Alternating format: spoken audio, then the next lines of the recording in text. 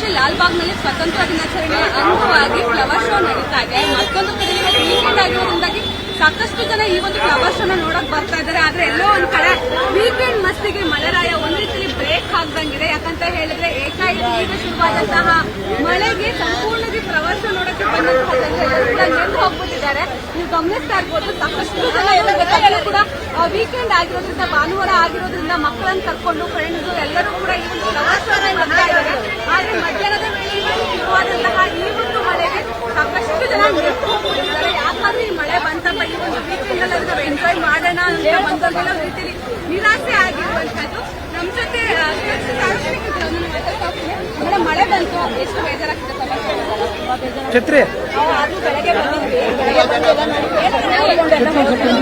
ತುಂಬಾ ಖುಷಿ ಆಗ್ತದೆ. ಇವಾಗ ಮನೆಗೆ ಹೊರಟಿದೀವಿ, ನೆಂದೋಗ್ಬಿಟ್ರಲ್ವಾ? ಅದ್ರಿಂದ ಅವರು ಬೆಳಗ್ಗೆ ಫ್ರೆಶ್ ಆಗಿದ್ವಿ, ಇವಾಗ ಫುಲ್ ನೆಂದೋಗಿ ಮನೆಗೆ ಹೋಗ್ತಾ ಇದೀವಿ. ಓಕೆ, ನೀವೇನ್ ಹೇಳ್ತೀರಾ ಸರ್?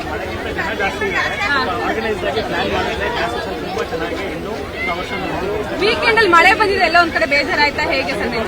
ಖುಷಿ ಆಯ್ತು. ಲಾಲ್ಬಾಗಲ್ಲಿ ಮಳೆ ನೋಡಿ ಬಹಳ ಖುಷಿ ಆಯ್ತು. ಎಂಜಾಯ್ ಮಾಡೋದು. ಓಕೆ, ನೀವೇನ್ ಹೇಳ್ತೀರಾ ಸರ್? ಮಳೆ ಬಂದಿದ್ದು ಲಾಲ್ಬಾಗ್ನಲ್ಲಿ ಮಳೆ ಬೀಳೋದೇ ಬಹಳ ಅಪರೂಪ. ಈ ಒಂದು ಇದರಿಂದ ಎಲ್ಲಾ ಕಡೆ ಜನ ಬರ್ತಾರೆ. ಅದು ಏನದನ್ನು ನೋಡ್ಲಿಕ್ಕೆ ಒಂದು ಹಬ್ಬ. ಅದರಿಂದ ಎಲ್ಲರೂ ಎಂಜಾಯ್ ಮಾಡ್ತಾ ಇದ್ದಾರೆ. ಮಳೆಯಲ್ಲಿ ತುಂಬಾ ಎಂಜಾಯ್ ಮಾಡ್ತಾ ಇದ್ದಾರೆ. ನೀವೇನು ಹೇಳ್ತೀರಾ? ಮಳೆ ಬಂದ್ಬಿಡ್ತು ಫ್ಲವರ್ ಶೋ ನೋಡಕ್ ಬಂದಾಗ. ಸೊ ಮಳೆ ಬಂದಿದ್ದು ಬೇಜಾರಾಯ್ತಾ ಹೇಗೆ? ಇವಾಗ ಖುಷಿ ಆಗ್ತಿದೆ. ಸೊ ಮಳೆಯಲ್ಲಿ ಎಂಜಾಯ್ ಮಾಡ್ತಿದ್ದಾರೆ ಮಳೆನೇ ಹಾಗಾದ್ರೆ.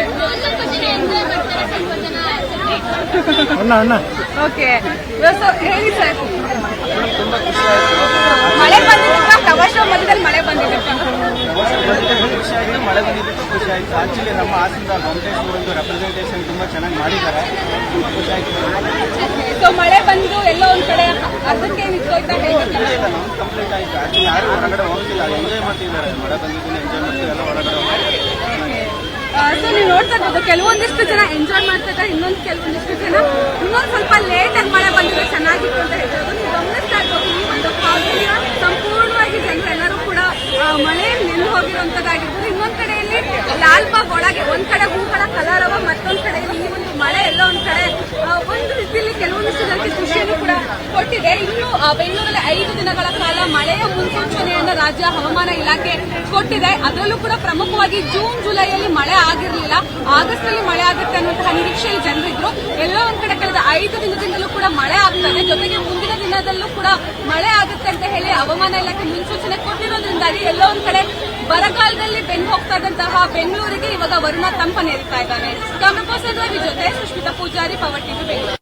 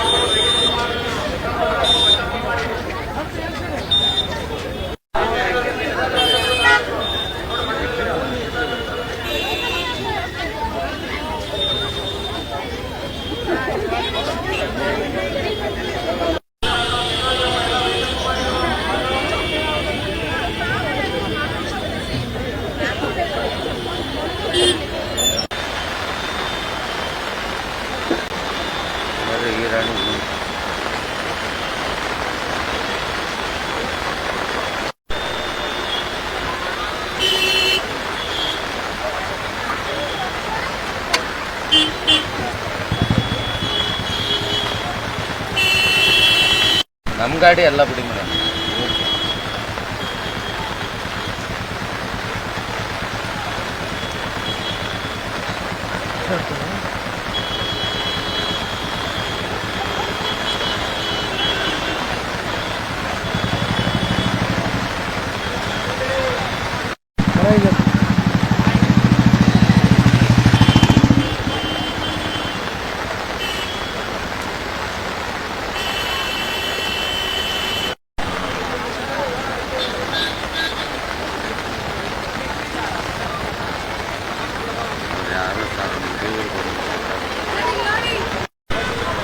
ಬಿಡಿ ಮೇಡಮ್ Poin.